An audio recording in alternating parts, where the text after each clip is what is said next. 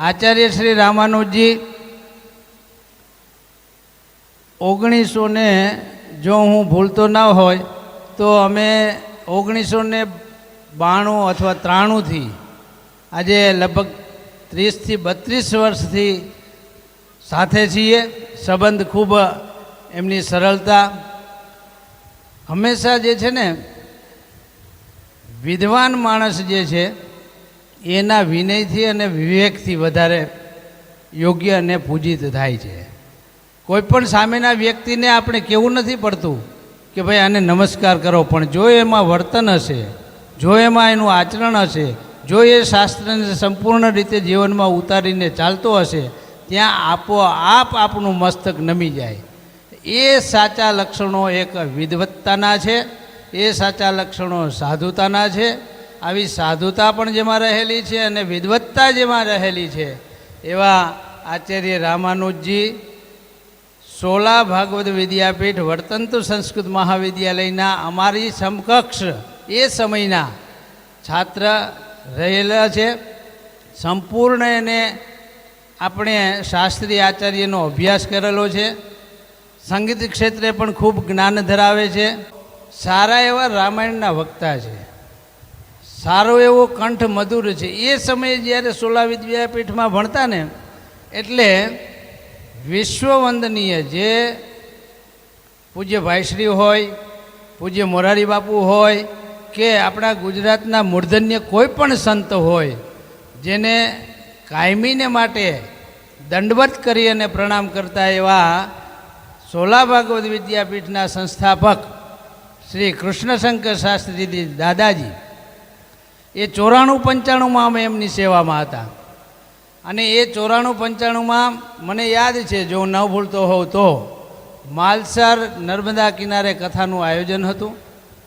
એમની સેવામાં આચાર્ય રામાનુજી, પછી અત્યારે જે તમારી સામે બોલી રહ્યો છે તે, અને બીજા એના પૌત્ર ભાગવત ઋષિ, આ ત્રણેય એમની સેવામાં રહેતા. તો કહેવાનો મતલબ કે આવા મહાપુરુષોની વચ્ચે જ્યારે આજે પોતાની 50 વર્ષથી જે પોતે રહ્યા છે અને પોતે પાછા બાલ બ્રહ્મચારી છે. રામાયણમાં મોરારી બાપુ પણ જેમનો આ ઓલું શું કહેવાય અતિશયોક્તિ ભલે થાય, હવે જે અમે બે પછી સમજી લેવું. જ્યારે 16માં પધારતા ને ત્યારે એમ કહેતા કે ભાઈ રામાનુજ તું ગા, અમારે તને સાંભળવો છે, તું કંઈક બોલ. હવે એ સમયે તો આવી જે ઉચ્ચ સ્તરે પહોંચેલા અને બહુ પાછા મિત્રના વખાણે કરવા નહીં ને આનાથી ઊંચો પડી જાય પાછો ખેંચવો અઘરો લાગે. એટલે આ એક સહજ ભાવથી આપણી વચ્ચે જ્યારે પધાર્યા તો વિશેષ સમય ન લેતા હવે આચાર્ય શ્રી રામાનુજી આપણે કહીએ કે આ બ્રાહ્મણ સમાજ છે અને બ્રાહ્મણની જે કર્તવ્યતા, બ્રાહ્મણોની જે ફરજ, એ આધારે બ્રાહ્મણ જાગતો રહે. જેમ ઉપનિષદ કહે છે ઉત્તિષ્ઠત જાગ્રત પ્રાપ્ય વરા નિબોધત, એવા કંઈક ભાવ સાથે અમને માર્ગદર્શન કરો એવી વિનંતી સાથે આપના ચરણોમાં પ્રાર્થના. અસ્તુ. જય શ્રી કૃષ્ણ. તો વાલા પરિવારજનો, સૌ મુસ્કુરાતા રહેજો.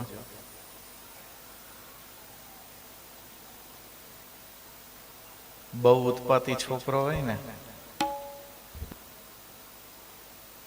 ઘરે કોઈ મહેમાન આવે ને, ઘરના વડીલો સૌથી પહેલા એના વખાણ કરી લે. અમારો છોકરો બહુ સારો, ગાય જેવો. છોકરું નક્કી જ ન કરીએ કે આપણે કેમ કરવું. બીપીને મારી યારે આવું કર્યું. આવો 2 મિનિટ પરમાત્માના નામ લઈએ, પછી કંઈક આપણે આપણા હિત માટે કંઈક વિચાર કરીએ.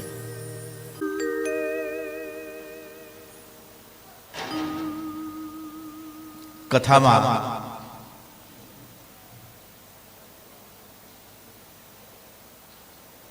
આજે આપ સૌએ એક પ્રસંગ સાંભળ્યો.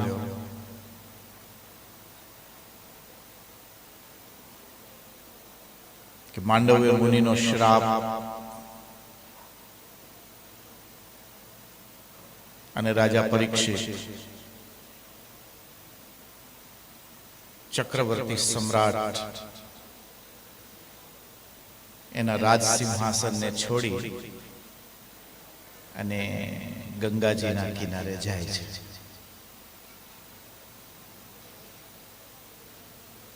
જેમ બિપિનભાઈએ કહ્યું એમ સાચી વાત એ છે કે ભૂખ હોવી જરૂરી છે. બાકી તો બધુંય છે તમારી પાસે, પણ જ્યાં સુધી ભૂખ નહીં હોય ત્યાં સુધી રુચિ નહીં જાગે.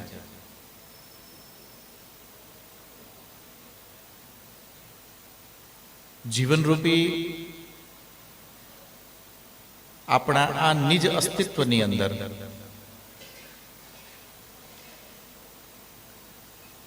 ઈશ્વર માટે પણ, અનંતને પ્રાપ્ત કરવા માટે પણ એક અંદરથી ભૂખ લાગવી તો જરૂરી છે.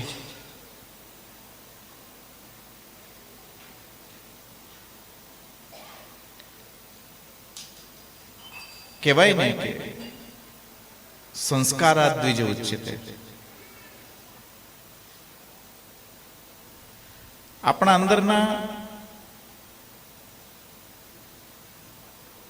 સારા સંસ્કારો, અને કેમ સંસ્કાર? સંસ્કાર ચેનલ આવ્યા પછી સંસ્કારનું મહત્વ ઘટી ગયું.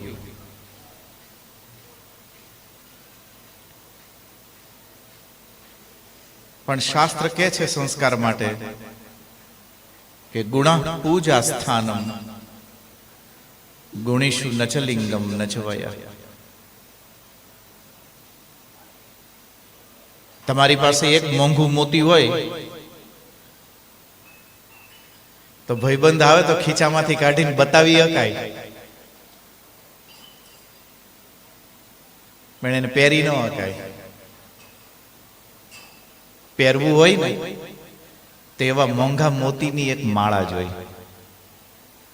તો એ પહેરેલી શોભે.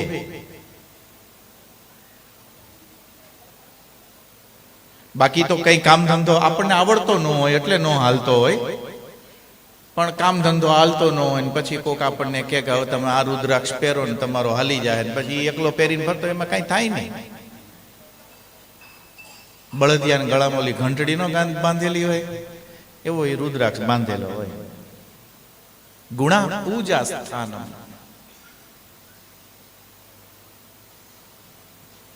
જિંદગીની અંદર અવસરે અવસરે, મોકે મોકે કંઈક સારી વાતોને અપનાવતા રહેવું. અપનાવી ન શકાય. ઘણી વખત કરવું હોય પણ અવસર ન હોય, અપનાવી ન શકાય. એટલી વાર માટે સ્વીકારી શકાય ને તો એ અપનાવવા તરફ પ્રથમ પ્રયાણ કહેવાશે. આજે આપણે કંઈક સારી વસ્તુનો સ્વીકાર કરી શક્યા તો એનો અર્થ એ થાય કે આવતીકાલે એ સદગુણનું મોતી આપણી માળામાં હશે. અને આવા સદગુણો જે એક વ્યક્તિની અંદર દેખાય, ગુણ પૂજા સ્થાન, આવા લોકો 5 લોકોમાં પૂજાય.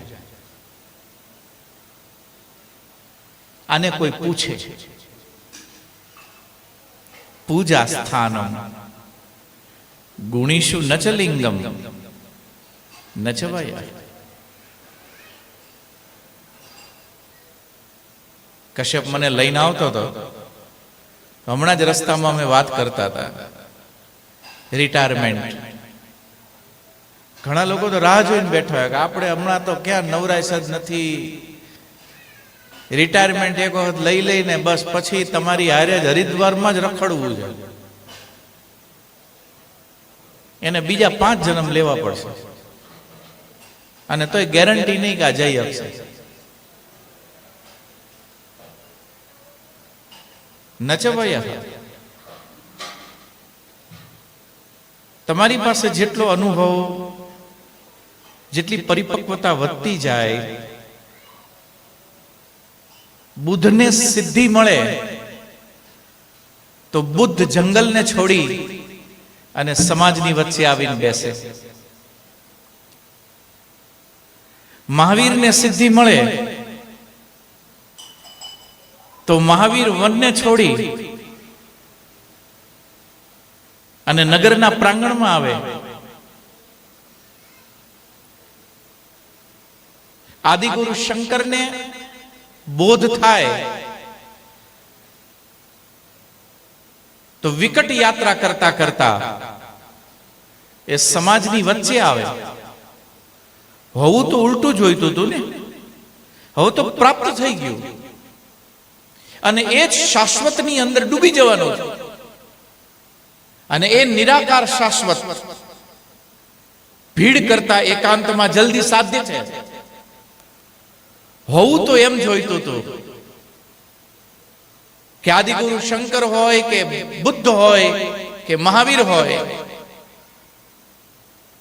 એને વન છોડીને નગરમાં આવવાની આવશ્યકતા નહોતી. પણ ઈશ્વર જ્યારે તમને કંઈક આપે તો આવશ્યક છે કે એટલી જ ઉદારતાપૂર્વક આપણે દેતા પણ શીખીએ. ગુણા પૂજા સ્થાનમ ગુણીષુ નચલિંગમ નચવયા. તમારી કેટલી ઉંમર છે એનું કોઈ મહત્વ નથી. એક પારલૌકિક યાત્રા માટે. બાકી ઘરની અંદર લગ્ન પ્રસંગ હોય ત્યારે ગઈડિયા બુડિયાને બોલાવાના જ હોય અને એમાં ખબર નહીં ફુવાને શું પ્રોબ્લેમ હોય, એ હંમેશા જન્મજાત નારાજ. મારે તો એક મિત્ર છે, કઈક 10 વર્ષ પછી એના ફુવાનો ફોન આવ્યો કે હું આવું છું. ઘરના બધા રાજી કે લે આપણા ઘરે ફુવા આવવાના છે. 2-2.5 કલાક થાય રાજકોટ થી પહોંચતા. હવા 2 કલાક જેવું થયું એટલે ઘરેથી ફોન કર્યો કે હવે તમે સ્ટેશન ઉપર કેટલીક વારમાં પહોંચશો? પહોંચી ગયા તો ઘરેથી હું કોઈ મોકલું એમ. સામેથી ફુવાએ જવાબ આપ્યો એટલે હું તો કે પાછો આવતો રહ્યો. કે કેમ? કે રસ્તામાં કોઈ ફોન જ ન કર્યો કે તમે ક્યાં સુધી પહોંચ્યા. ઘણા જન્મજાત નારાજ.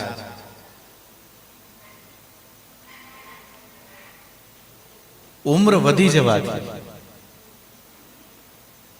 પરિપક્વતા વધશે જ એવું જરૂરી નથી. ભલે મારી વાત તમને કડવી લાગે તો કડવી, પણ શાંતિથી વિચાર કરી લેજો. ઉંમરના વધવાથી જ પરિપક્વતા વધે એવું જરાય નથી. પણ નાની ઉંમરમાં જો સંવેદના આવી ગઈ હોય તો સંભવ છે કે 16 વર્ષનું બાળક એ પણ બ્રહ્મની મીમાંસાનું ગાન કરવાનું ચાલુ કરી દે. એ પરિપક્વતા ત્યારે જ સંભવ છે કે જે સંસ્કાર, જે ગુણોની વાત જે આપણે કરતા હોઈએ છીએ એ આચરણ સુધી આવે. મારી ઈચ્છા નહોતી આ વિષય તરફ જવાની, પણ બિપિનભાઈ છેલ્લે છેલ્લે એવો મમરો મૂકીને જતા રહ્યા. એ હમણાં હુઈ જાય. 10:30 મારે જ વગાડવાના. પણ એક બ્રાહ્મણ હોવાના નાતે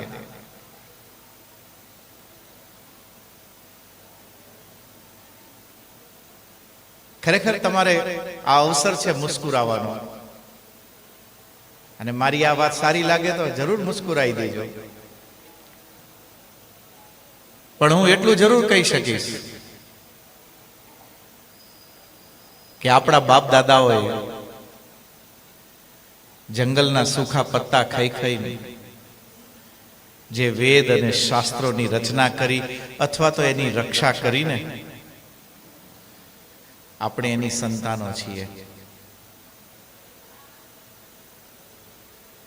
અને એની સંતાનો હોવાના નાતે શાસ્ત્ર ચિંતનમાં જો આપણે પ્રમાદ કરીએ તો એ આપણા પૂર્વજોના માટે કરેલો ઉપહાસ માત્ર આપણું જીવન બની જાય. અને થોડો પણ શાસ્ત્ર પ્રેમ હોય જરાક,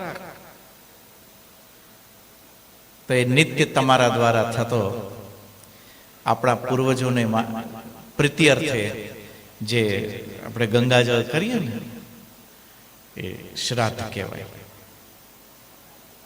ગુણા પૂજા સ્થાન, કંઈક રોજ સારું કમાતા જવું.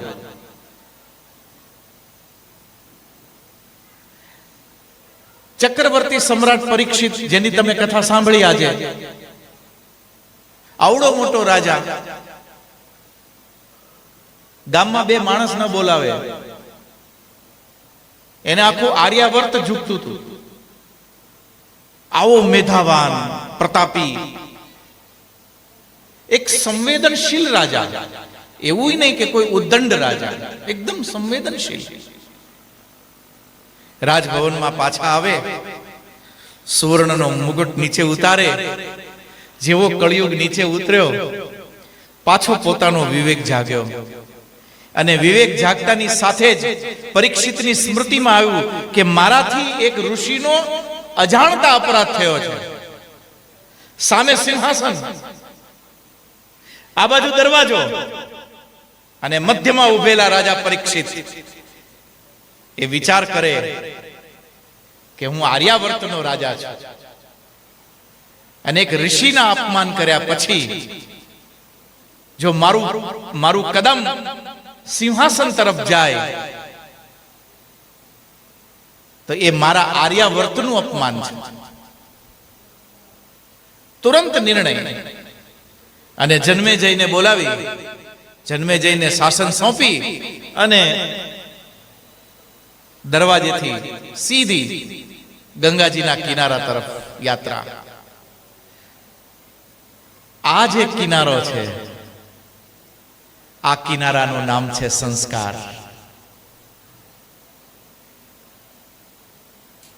એ રોજ સંસ્કારોની, સારા સદગુણોની, એ નાના નાના મોતીઓની માળા જેના ગળામાં હોય એને સમયે સાચું સમજાશે. ભૂલો બધાયથી થાય. આ કથા આપણને એક બીજી વસ્તુ શીખવાડે છે, ભૂલો બધાયથી થાય. રાજા પરીક્ષિત, જેની ગર્ભમાં રક્ષા કરવા માટે થઈ અને સ્વયં દ્વારિકાનાથ સુદર્શન રૂપે અંદર પ્રવેશ કરીને એની રક્ષા કરેલી હોય, જેને ગર્ભમાં દ્વારિકાનાથના દર્શન કરેલા હોય, જેને ગર્ભથી દ્વારિકાનાથ સાથે નાતો હોય, એ પરીક્ષિત કોઈ ભૂલ કરી જાય આવું વિચારી પણ ન શકાય. એ એટલા માટે ન વિચારી શકાય કે જો રાજા પરીક્ષિતના દ્વારા કોઈ ભૂલ થાય છે તો એનો અર્થ એ થાય કે ગર્ભની અંદર જે દ્વારિકાનાથના સંસ્કારો હતા એ સંસ્કારોમાં પણ ક્યાંક ભૂલ થઈ હશે.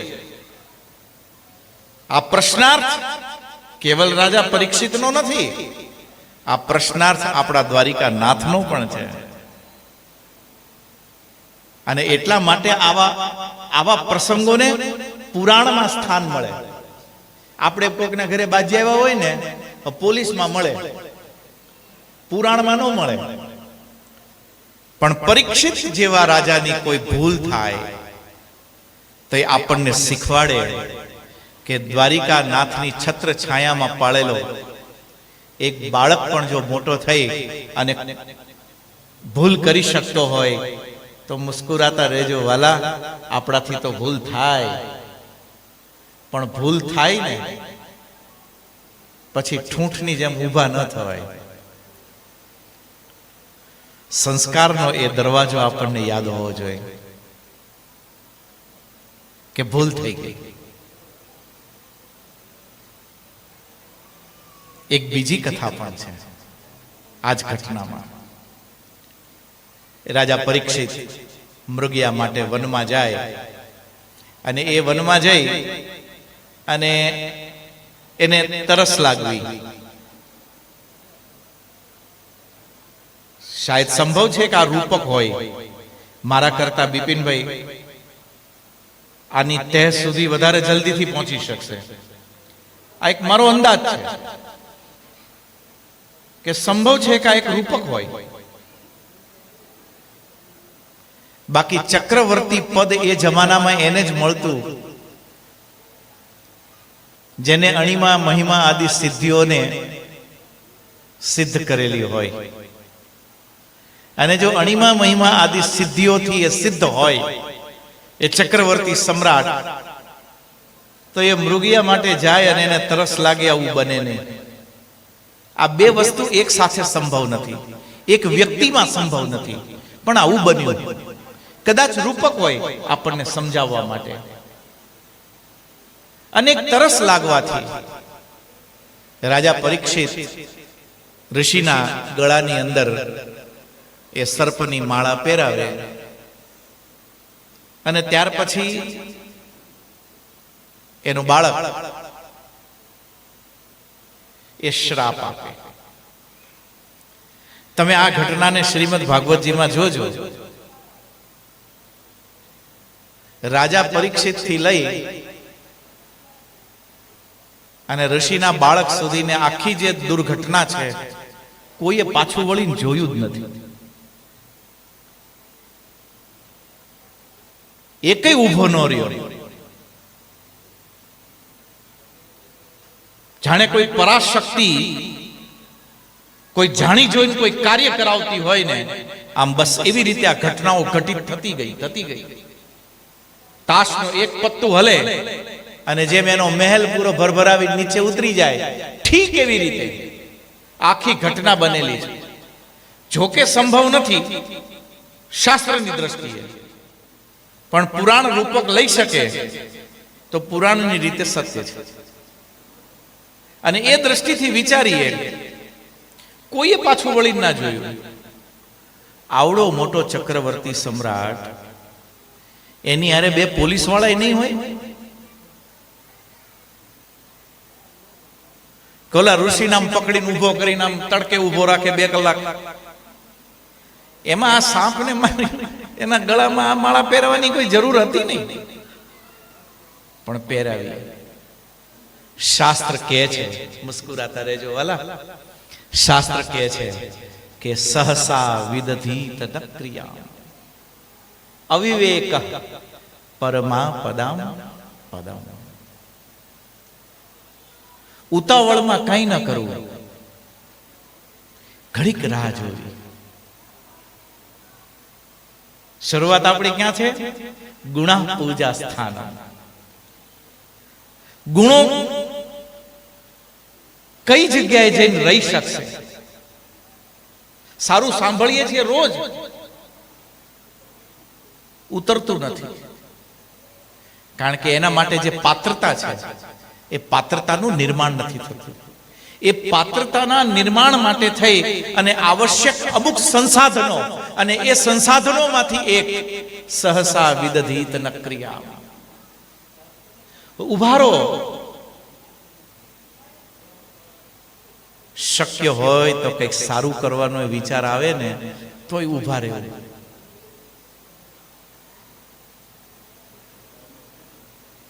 એમ મંડાઈ નહીં પડવાનો. આજકાલ નથી ચાલતો હાથમાં ઝંડા લઈ લઈને ગમે ત્યાં ભાગતા હોય. ઓલો કે ઓલાનો દીવાનો, ઓલો કે ઓલાનો દીવાનો. ઘરે કોઈ પૂછતું ન હોય ભાવ. આપણે એ વિષયમાં ના જઈ, પણ સહસા વિદધીત ન ક્રિયા. ઉતાવળે કઈ ન કરવું. આ આખું મકાન, આ સત્સંગ હોલ, એ તે એક એક ઈંટ ગોઠવાઈને થયો ને. સીધી તો છત નાખી નહોતી ને. પિલર ઊભા થાય, બધું ગોઠવાય, ત્યારે બધું થાય. સહસા વિદધીત ન ક્રિયા. એ સાપ ગળામાં નાખવો એ વગર વિચારે કરાયેલું એક નાનું એવું કામ હતું. ચક્રવર્તી સમ્રાટ સાહેબ, આવડો મોટો રાજા, કેવું નાનું કામ કરી ગયો કે કોઈના ગળામાં, ઋષિને ભૂલી જાઓ ને 2 મિનિટ, કોઈના ગળામાં, રાજા ઉઠીને કોઈના ગળામાં હપોલા નાખી જાય, કેવું લાગે? પણ આવું બન્યું. સહસા એક ક્ષણ માટે વિવેક ચૂકાયો, બસ 1 મિનિટ. અને એ જે વિવેક ચૂકાયો ને, એની અંદર મોટા મોટા અપરાધો બધા બની ગયા. આ બધું માઇક્રો સેકન્ડમાં ઘટતું ગયું. મજેદાર વાત એ છે કે પાછું વળીને કોઈ જોતું જ નથી. રાજા પરીક્ષિત પાછું વળીને જોઈ શકતો તો ને, કે ચલો ભાઈ સાહેબ ભૂલ થઈ ગઈ, લાવો પાછું ઉતારો. બાપા ભૂલ થઈ ગઈ. ઘણી વખત રાજાઓએ આવું કરેલું છે કે ગુમાનમાં આવીને કોઈ સાધુનો તિરસ્કાર કરી દે ને સાધુ પછી આમેની સાધના બતાવે, બાપા ભૂલ થઈ ગઈ, ભૂલ થઈ ગઈ. આપણે તો, અમારે તો બેન હારું, પાછા વળાય. અહીંયા પરીક્ષિત પાછા નથી વળતા. બીજું કે ઋષિનો બાળક, એની ઉંમર બહુ નાની છે. યાદ રાખજો તમે, એની ઉંમર બહુ નાની છે. બિપિનભાઈ ખાસ યાદ રાખજો, મેં આ વાત ભાઈશ્રીને કરેલી છે. બહુ નાની એવી ઉંમર છે, પણ શક્તિ જુઓ. પોતાના મિત્રોની સાથે તલાવમાં નાતા હતા બધા છોકરાઓ. કોઈ એક મિત્રએ આવીને ખબર આપી કે કોઈ માણસ આવ્યો છે અને આવી રીતે એને તારા પિતાજીના ગળામાં સર્પ નાખ્યો, એને તારા પિતાનું અપમાન કર્યું. અને ઋષિનું બાળક વરી વગર વિચારે એક કામ કરે, પાછા વળવા જ કોઈ તૈયાર નથી. એ જ સરોવરમાં, જેમાં એ તલાવમાં જેમાં એ નાય છે, એનું પાણી ઉપાડીને મંત્ર બોલીને જેવું પાણી છોડ્યું, ચક્રવર્તી સમ્રાટને ભિખારી બનાવી દીધો. અહીંયા એનું બીજારોપણ થયું.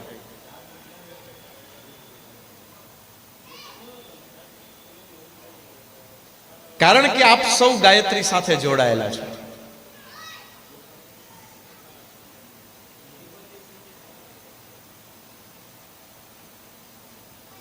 અને હું એ તમામ વિદ્વાનોને બહુ વિનમ્રતાપૂર્વક કહેવા માંગુ છું કે એ સમયે તળાવમાં નાતા, બિપિનભાઈ, એ સમયે તળાવમાં નાતા 2, 2.5, 3 વર્ષનું એક નાનું એવું બાળક, એને આખો વેદ તો કદાચ નહીં જ આવડતો હોય, સંભવ નથી ઉંમર પ્રમાણે,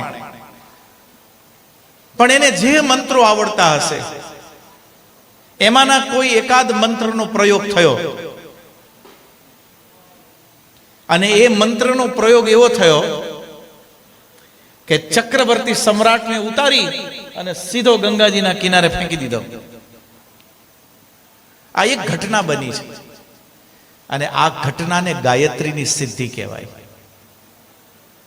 પૂજ્યપાદ દાદાજી હંમેશા એક વાત કહેતા કે બ્રાહ્મણે ત્રિકાલ સંધ્યા થઈ શકે તો એ સર્વોત્તમ, પણ જો ત્રિકાલ સંધ્યા ન થઈ શકે તો કમસે કમ 1 વાર ગાયત્રી તો જરૂર જપવા જોઈએ.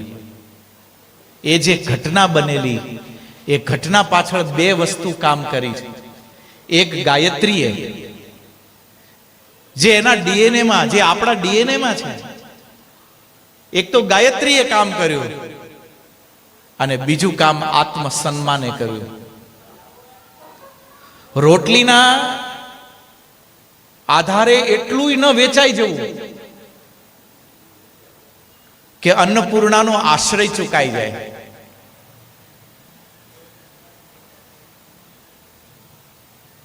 જો ગાયત્રી હશે તો સહારાના રેગિસ્તાનની અંદર જઈને ગમે ત્યાં છુપાઈ જાઓ. ભોજનના સમયે, આ દાદાજીના શબ્દો, ભોજનના સમયે અન્નપૂર્ણા તમને શોધીને તમને જમાડશે.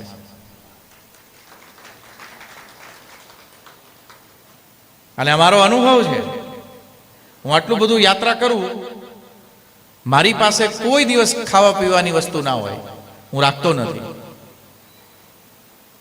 એમ વિચારીને કે જો મારા ગુરુને આટલો વિશ્વાસ હોય તો જે એ અન્નપૂર્ણા એનું કરી શકતી હોય તો મારું નહીં કરે.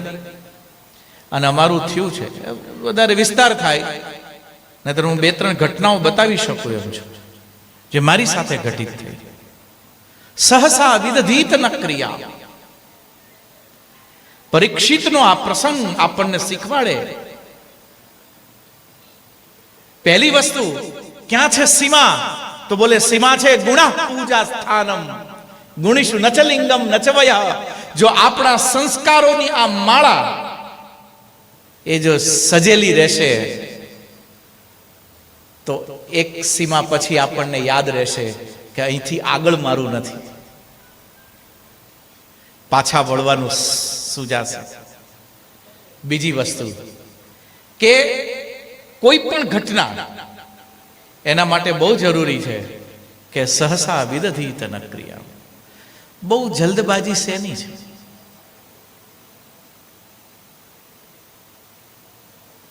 આપણે કાઠિયાવાડમાંથી, અમારા રાજકોટમાંથી, અહીંયા આપણે શેઠ વડાળાથી તત્ર મુકાય નહીં, મને બધા રાજકોટ નો જવા દે.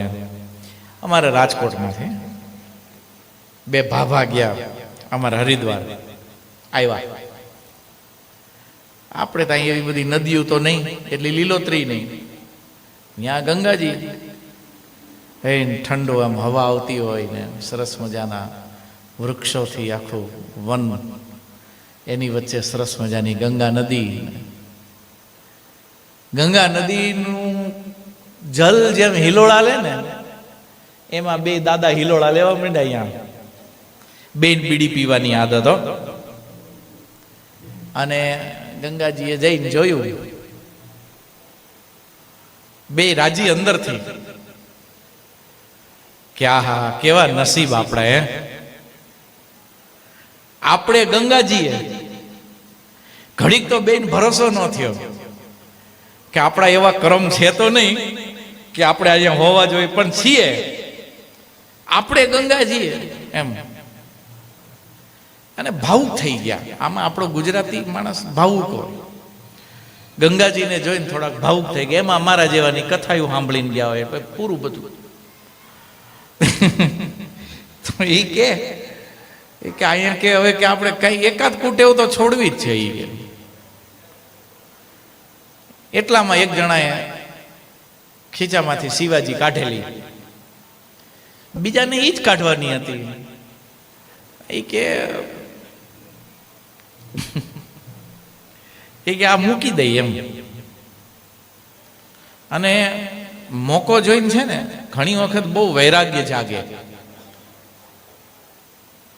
એ જે હું ધોળામાં રહી ગયો ને, એ મોકા વાળો નથી ને, એટલે સહસા વિદધીત નક્રિયામ. થોડીક વાર બેસીને જુઓ કે આ ભગવામાં કેવું રહેશે. નહીતર જ્યાં છો ત્યાં રાજી રહેતા રહો. કારણ કે અહીંયા જે કંઈ ઘટિત થાય છે, કોઈ સમાજમાં જાય, કોઈ સંસારમાં જાય, કોઈ વિરક્તિમાં જાય, કોઈ બ્રહ્મમાં જાય, આ બધું નિમિત્ત છે. અને એ જ પ્રમાણે એને બધા અવસરો મળે અને એ જ પ્રમાણે બધું ગોઠવાતું જાય.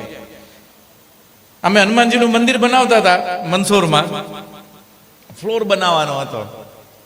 અમદાવાદ પાસે એક મંદિર છે, એવું કહેવાય છે કે લોકોએ જોયો છે, કહેવાય શું એને 3D ટાઈપનો એ જમાનામાં ફ્લોર બનાવેલો, આમ આપણને આમ ઊંચું નીચું દેખાય.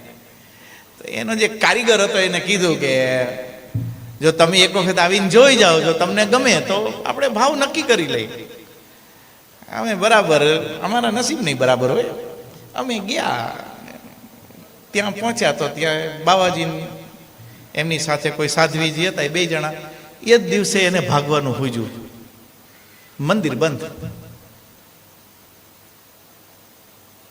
એની મજાક નથી, જે ઘટિત થવાનું છે એ ઘટિત થઈને રહેશે. અને જો આ સાચું હોય તો ઉતાવળ છે નહીં. બાવા બનવાનું જ છે તો બનવાનું જ છે, ઉતાવળ શું કામ કરવાની? સહસા વિદધીત ન ક્રિયામ અવિવેક. એક સીમા, રાજા પરીક્ષિત એ 2 સીમાની વચ્ચેનું આપણી અંદરની અંતરાત્માનું એક ચરિત્ર બતાવે છે મહર્ષિ વેદવ્યાસ. હું ને તમે રોજ રાજા પરીક્ષિતના આ દ્વંદ્વની વચ્ચે દોડતા હોઈએ છીએ. એક બાજુ વાસના તમને કંઈક કરવા માટે પ્રેરે, કરી નાખ, અને એક બાજુ તમારું ચરિત્ર તમને રોકે, બ્રાહ્મણનો દીકરો છો, ઉભો રે, ન શોભે. એક બાજુ ચરિત્રની એક ગુણોની માળાઓ તમને રોકે, અને બીજી બાજુ અંદરની વાસનાઓ એ તમને પ્રેરે. એ વાસના અને ગુણોની વચ્ચે જે વિવેકપૂર્વક રહી જાય, એના માટે થઈ અને ગીતાકાર ભગવાન દ્વારિકાનાથ એક બહુ સરસ મજાનો શબ્દ વાપરે કે નહીં સંન્યસનાદેવ સિદ્ધિમ સમધિગચ્છતિ. જ્યાં એક સ્થિરતા, એક અસ્તિત્વ, એક શાશ્વતતા, એ જ્યારે ત્યાં પ્રકાશિત થવા માંડે, નહીં સંન્યસનાદેવ, એ સંન્યસ્તતા, એ એક મિનિટ રોકાવું બસ. પેન્ડુલમની જેમ નહીં, આમથી આમ, આમથી આમ, સ્થિરતા, એક ઊભું રહી જવું. અને મોઢા ચડાવીને ઊભો રહેવામાં કંઈ ફાયદો નહીં. હું તો મારી દરેક કથામાં સૌથી પહેલી જ વાત કરું કે મુસ્કુરાતે રહેજો વાલા. આને મેં મારું શું કહેવાય, ઓલું બ્રાન્ડ બનાવેલી છે, મુસ્કુરાતા રહેજો. કારણ કે મને મોઢું ચડાવીને બે તો મારું મોઢું દુખવા માંડે. હસતું રહેવું. હમ રહે ના મોહબ્બત રહેગી, દાસતા અપની દુનિયા કહેગી. તો મુસ્કુરાતા રહેવું. પણ વાસના અને ચરિત્રની વચ્ચે પેન્ડુલમ ન થતા દ્વારિકાનાથ એક નવો રસ્તો શીખવાડે છે અહીંયા કે નહીં સંન્યસનાદેવ. લોકો આનો અર્થ એવો કાઢે કે હવે તમે સંન્યાસી થશો ને પછી તમને બધી સિદ્ધિ મળશે. કાંઈ નહીં, હવે બધે માગીને ખાય. એમ સિદ્ધિ ના મળે. એ અમથા બધા સમય બરબાદ કરવાના ધંધા. એક વિવેકપૂર્વક વાત કરું બસ. બાકી મેળ પડતો હોય તો થઈ જવું. ઘરની ચિંતા નહીં. મુંડ મુંડાએ 3 ગુણ, સિરકી મીઠે ખાજ, ભોજન में लड्डू मिले और लोग कहे महाराज. આમાં ફાયદો જ છે, આમાં નુકસાન કઈ છે જ નહીં. પણ નહીં સંન્યસનાદેવ. સંન્યાસનો અર્થ છે કે એક પ્રકાશની વચ્ચે એકદમ સ્થિર થઈ જવું, સિદ્ધ થઈ જવું. ઘડીક વાર રોકાઈ જવું. એ જે રોકાવાનું છે, આવું દ્વારિકાનાથે નથી કીધું, પણ મારા અનુભવ સાથે આ જ ઘટનાને હું તમારી સામે રજૂ કરું તો હું એમ કહી શકું કે મોઢા ચડાવીને ન બેસું. આવું રોકાવું નથી, અભિશાપ છે. મને તો ખબર જ હતી કે તું આમ જ કરવાનો, એટલે હું બેઠો તો શાંતિથી. આ મોઢા ચડાવીને તું બેઠે નહીં કરતા તો બાજી લીધું હોત તો કામ થઈ જાય.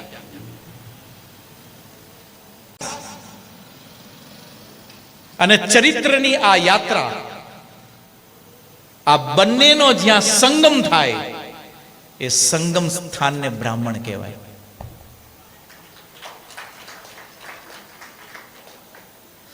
આ સાધના અને આ ચરિત્ર જ્યારે અલગ અલગ રસ્તાઓ પકડે, એ રસ્તાઓને જીવનની યાત્રા કહેવાય.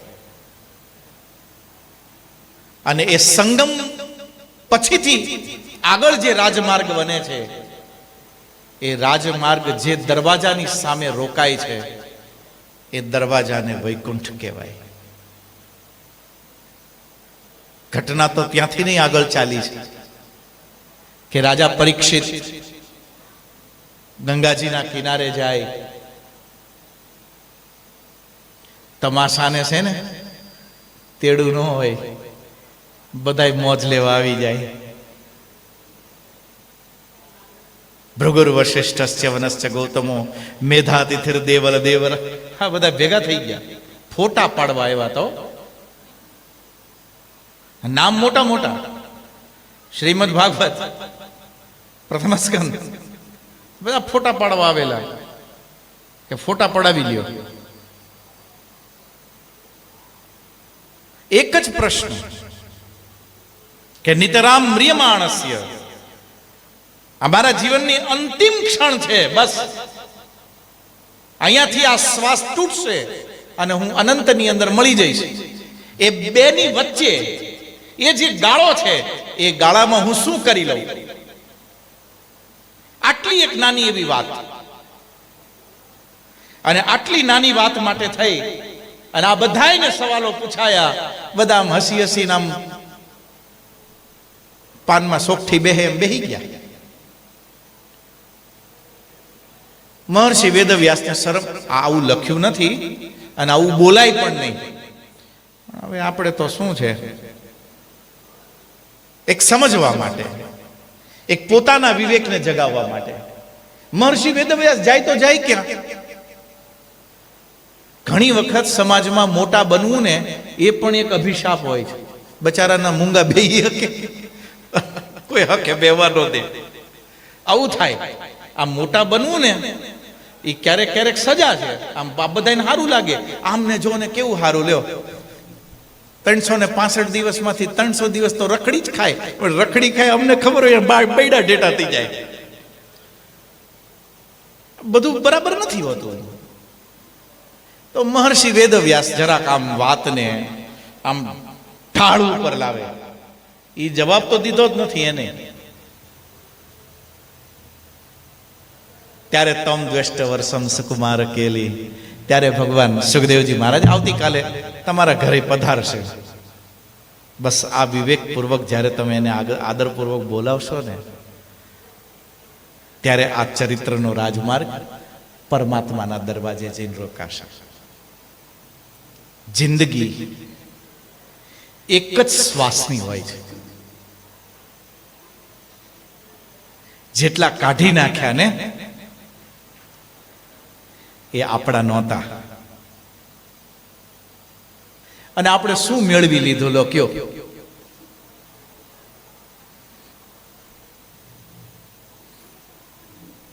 લાડવા મોહનથાળ ને બટેકાનું શાક ને કઢી.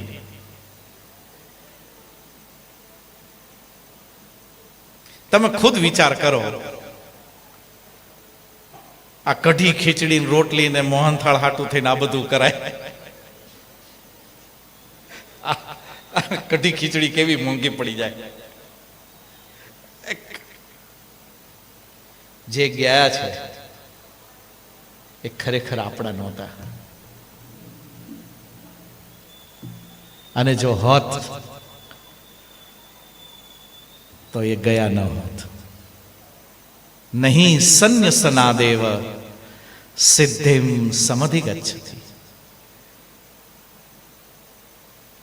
અને આના પછી એક છલાંગ આગળ, આ શ્વાસની માળા તૂટે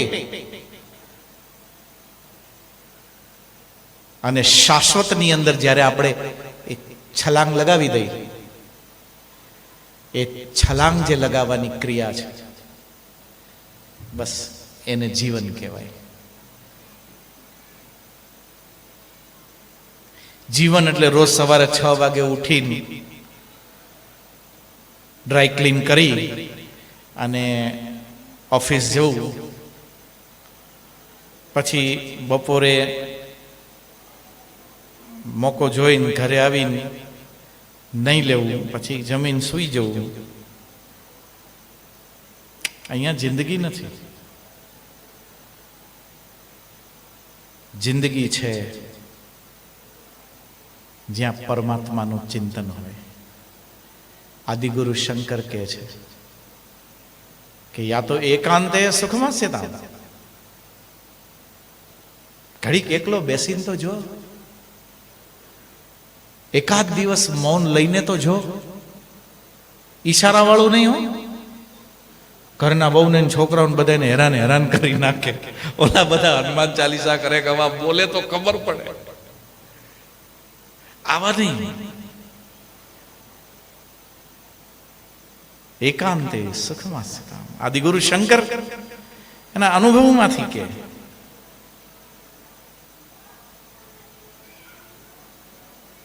અને જનની સકલ સંતિ બહવા.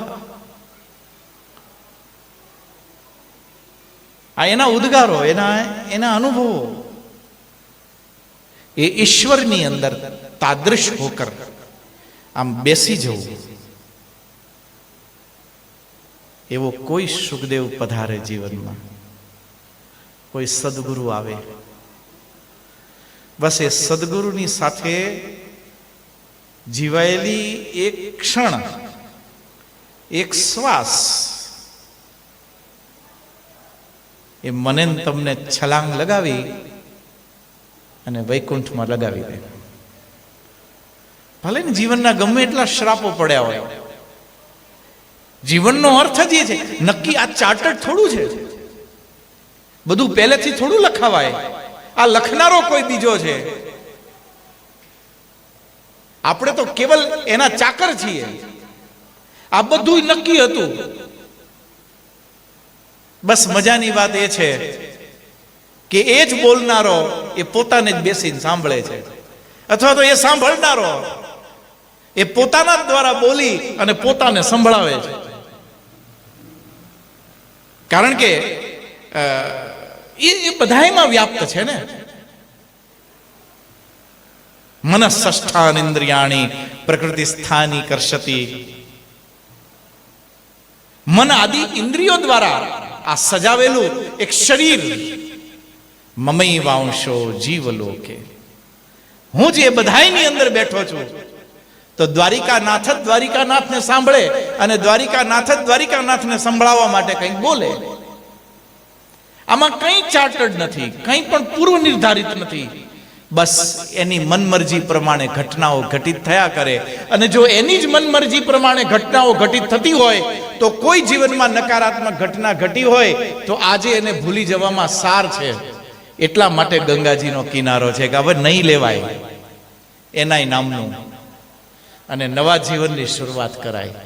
અને એ ગુરુના સાથે એ એક ક્ષણનો યાત્રા જે થાય, એ એક ક્ષણની યાત્રા પૂર્વના બધા સંસ્કારોને બાળી અને દ્વાદશ સ્કંધની અંદર સીધા એ મંત્ર શક્તિના દરવાજા ઉપર લાવીને મૂકી દે.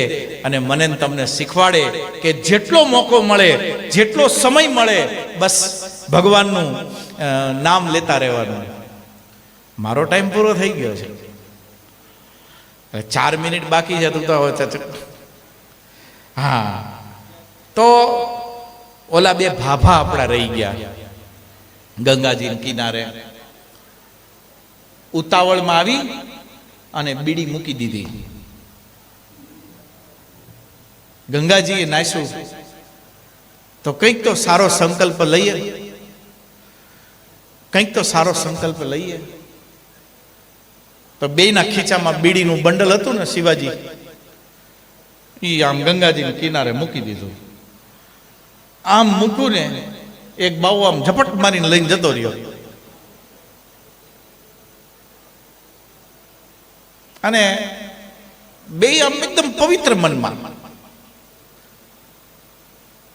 બે જણાએ ઊભા થઈને ગંગાજીમાં ડૂબકી મારી. ગંગાજીનું એવું ઠંડુ પાણી, પહેલી ડૂબકી મારી ને હે હરી હરી હરી હરી ચાલુ થઈ ગયું. હરી હરી ચાલુ થયું, ત્યાં ડૂબકી મારીને તો બારા આવ્યો, છલાંગ મારી. એ ટાઢા પાણીએ નાયા ને પછી પાછી બીડી યાદ આવી.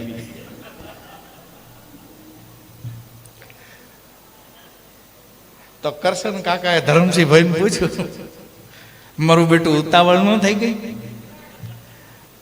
ગંગાજી આઈની આયત છે, અઠવાડિયા સુધી આપણે આઈના આયત છીએ, તો જાતા જાતા મૂકતા જશું. ધરમસિંહ ભાઈ કે મને ખબર જ હતી કે તારું મન બદલાઈ જાય. તો કે શું કરવાનું? માર ખીચાવાળી મેં છોડી છે, થેલામાં હજી એક બંડલ પડ્યો છે. સારા વિચારો નહીં તે સજ્જનો થોડા પાકવા દેવા. બહુ જવાબદારી પૂર્વક તમને આ વાત કરું છું. ખોટાને તો પાકવા જ દેવા. એ કઈ તમને શીખવાડવાની જરૂર નથી, પણ સારા વિચારોને તે થોડીક વાર પાકવા દેવા. કંઈક એવું ન થાય કે દેખાતી ધર્મની ધ્વજા એ અધર્મના ધ્વજદંડ ઉપર ખડી હોય. બને છે, આપણી સાથે બની શકે. થોડુંક રોકાઈ જવું, પછી એમ લાગે કે બસ હવે આ બંડલ છૂટી જ જશે, તો વગર ડેંડાટ કરે છોડીને આવવું. આ જેટલા લોકો શાલના ફોટાને છોડી, જેટલા લોકો ફોટા પડાવે ને એટલે સમજી લો ને બધું ગયું. અમે શું કીધું હોય કોઈ નથી યાદ રાખતું. એટલે પછી મેં માળાને શાલ બંધ કરી. સુખદેવજી મહારાજે ક્યાં શાલ પહેરી હતી? આપણે શું કામ આ બધું લાંબુ રાખવું? સહસા વિદધીત ન ક્રિયા. પૂજ્યપાદ કૃષ્ણશંકર શાસ્ત્રીજીને જ્યાંથી બિપિનભાઈએ મને આ વાત કરી અને જ્યાં તમારો કથાનો પ્રસંગ ચાલે છે, આ બે વસ્તુને આપણે એક સાથે લઈએ પાછા, તો દાદાજી એક વાત કહેતા કે મહાપ્રભુ વલ્લભાચાર્યજી દક્ષિણના પ્રાંતોમાં યાત્રા કરતા હતા. દક્ષિણના એક રાજાને કાલ દ્વારા એક પીડિત બન્યા. કાલ પુરુષના એક કુચક્રમાં આવ્યો. એની તબિયત ખરાબ થઈ. મોટા મોટા રાજવૈદ્યો અને વિદ્વાનો એની જે કંઈ સંભાળ થતી હતી એ કરવાનો પ્રયત્ન કર્યો, પણ બધા અસફળ રહ્યા. એક દિવસ રાજગુરુએ રાજાને કહ્યું કે તમારા મજનને બરાબર એક સુવર્ણની તમારી પ્રતિમા બનાવી અને જો કોઈ યોગ્ય બ્રાહ્મણને એ દાન, યોગ્ય બ્રાહ્મણ ને જો એ દાનમાં આપવામાં આવે તો કાળ પુરુષે જે તમને પકડ્યો છે એ છોડી દેશે. રાજાને શું કમી? તરત જ તે સુવર્ણની એકદમ સુંદર પ્રતિમા તૈયાર અને એને સભાની વચ્ચે લાવી અને આખા રાજ્યની અંદર સંદેશ આપ્યો કે ભાઈ જે કોઈ વ્યક્તિ આ દાન લેવા માટે ઈચ્છુક હોય એ પધારે અને કાલે એનો સંકલ્પ લે. ઘણા બધા આવ્યા, સ્વાભાવિક છે. અને જેવો સંકલ્પનું જળ હાથમાં લે અને કાળ પુરુષ આવી રીતે બે હાથ જોડીને એની પ્રતિમા બનાવેલી રાજાની, જેવો સંકલ્પનું જળ આમ હાથમાં લે એટલે કાલ પુરુષે જે બે હાથ જોડ્યા હોય એ બે હાથ આમ થઈ જાય અને સોનાની મૂર્તિ આમ આવી રીતે કરે ને એટલે હારા હારાને બીક લાગી જાય. એ પાણી યાં ન્યા રહે ને ઓલો જતો રહે, કોઈએ લેવા તૈયાર નહીં. અને આખો રાજ પરિવાર પરેશાન. મહાપ્રભુ વલ્લભાચાર્યજીને આ વાતની ખબર પડી અને રાજ પરિવારે જઈ અને મહાપ્રભુ વલ્લભાચાર્યજીને વિનંતી કરી કે પ્રભુ કંઈક ઉદ્ધાર કરો. મહાપ્રભુ વલ્લભાચાર્યજીએ કીધું હું આવતીકાલે આવીશ. બીજા દિવસે એ પહોંચ્યા. સંકલ્પ માટે હાથમાં જલ લીધું અને વિષ્ણવે નમઃ એમ બોલ્યા. ત્યાં પેલા કાલપુરુષના બે હાથ જોડાયેલા હતા, એને આમ કરીને ઈશારો કર્યો. એટલે મહાપ્રભુ વલ્લભાચાર્યજી મુસ્કુરાયા અને ડાબા હાથથી એને ઈશારો કર્યો. જેવો આમ કરીને ઈશારો કર્યો, મહાપ્રભુ વલ્લભાચાર્યજીની સામે કાલપુરુષ નતમસ્તક બનીને ઉભો રહ્યો. સંકલ્પ પૂરો થયો અને મહાપ્રભુ વલ્લભાચાર્યજીએ સુવર્ણની પ્રતિમાનું દાન લીધું. જેવું દાન લીધું એ રાજા ઠીક બન્યો. દાદાજીના શબ્દોમાં સંક્ષેપમાં આ કથા સંભળાવું છું. આખા રાજ્યની અંદર બધા આશ્ચર્યચકિત કે આવું કેવી રીતે બને. બધાએ પૂછ્યું, એવન રાજાએ પૂછ્યું કે મહારાજ મેં એવું સાંભળ્યું કે સુવર્ણની પ્રતિમામાં જીવ આવી ગયેલો. બોલે હા. અને બોલે જે કોઈ વ્યક્તિ એના માટે સંકલ્પનું જળ લેતા તો આમ પૂછતો શું હતી વાત. મહાપ્રભુ વલ્લભાચાર્યજી મુસ્કુરાયા અને કહ્યું કે રાજન, હું એક બ્રાહ્મણ હોવાના નાતે દાન લેવા આવેલો અને જ્યારે કાળ પુરુષનું દાન લેવા માટે થઈ અને હાથમાં હું સંકલ્પ લેતો ત્યારે કાળ પુરુષ મને પૂછતો કે ત્રિકાલ સંધ્યામાંથી એકાદ વખત કરો છો કે નથી કરતા. ત્યારે હું જવાબ દેતો કે ત્રણેય કાળ કરું છું.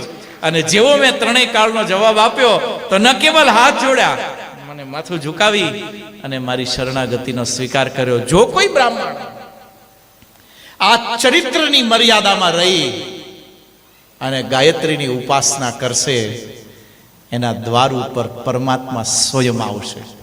એ જ શબ્દોની સાથે આપ સૌએ મને આટલો બધો પ્રેમ આપ્યો, એ બદલ હું સદા આપનો ઋણી રહીશ. સત્કર્મના આવા જ કોઈ માર્ગમાં પુનઃ આપણે ક્યારેક મળીએ એવી પરમાત્માના ચરણોમાં અભ્યર્થના કરી અને હું મારી વાણીને વિરામ આપું. આપ સૌને મારા પ્રણામ. જય સિયારામ. ખૂબ ખૂબ આપણે તાલીઓથી વધાવીએ આચાર્ય શ્રી રામાનુજજીને. આટલા મજબૂત મને આપણે બધાએ સત્સંગનો લાભ લીધો અને એમને એમના એક માત્ર મિનિટ હું રાઈટ ટાઈમ જોતો હતો. આ બધા ટાઈમના પાકા હોય તો 55 મિનિટ એમને લાભ આપ્યો. એમાં આગળ શરૂઆતની કદાચ 15 મિનિટ તો હું ખાઈ ગયો એવું મને લાગ્યું. એમ જે એમણે વાત કરી આખા પરીક્ષિતની ચરિત્રની કથાની જે સંવાદ અથવા એક બાજુ સંવાદ છે, એક બાજુ સંવેદિતા છે અને એક બાજુ સુવાસના છે, જે આપણા જીવનની ઘટના અવિરતપણે આપણા જીવનમાં વહી રહી છે.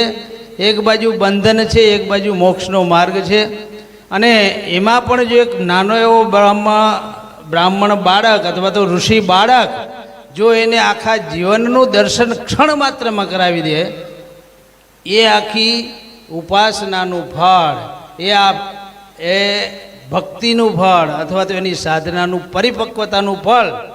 એટલે માત્ર ને માત્ર એક બ્રાહ્મણ તરીકે એમનો એવો એક સૂચન રહ્યું અને સાથે સાથે આગ્રહ એવો રહ્યો કે ગાયત્રીની ઉપાસના જીવનમાં જો હશે તો તમે ચક્રવર્તી સમ્રાટ જેવા રાજાને પણ આપણે એક ક્ષણમાં ઝુકાવી દેશું અને એને સજાગ કરી દઈશું. આ એક તપોબળની તાકાત છે. આવું જ્યારે એમને સરસ રીતે આપણો ગામનો પ્રેમભાવ, લાગણી અને માગણી બંનેનો સ્વીકાર કરીને પધાર્યા. આભાર તો માનવો જ નથી, નહીં તો આભાર માની લે પાછો ના આવે તો શું કરું પાછો. હા, એ લોચો ને. અને જોકે એમને એનો ભાવ કીધો એવો કે ફરી પાછા આવા કાર્યમાં આપણે તો એ જે એમનું સાધના અને સાથે સાથે પોતાનું નિત્ય સ્વાધ્યાય અને એમના વાણી ઉપરથી આપણે ખ્યાલ આવે કે ભરેલું તો ઘણું છે પણ સમયની પાબંદી હોય છે, એમને પણ ફરી પાછું ખૂબ ખૂબ આભાર. ના રહેવાય એટલે કહી દઉં, ખૂબ ખૂબ આભાર. ફરી પાછા આવા નવા મુસ્કુરાતે હુએ પધારતે રહો એવી એક અભ્યર્થના સાથે આપણે વધારે સમય ન લેતા ભગવાનના જય જયકારથી આ સભાને પૂર્ણ કરશું. શ્રી કૃષ્ણ કનૈયા લાલ કી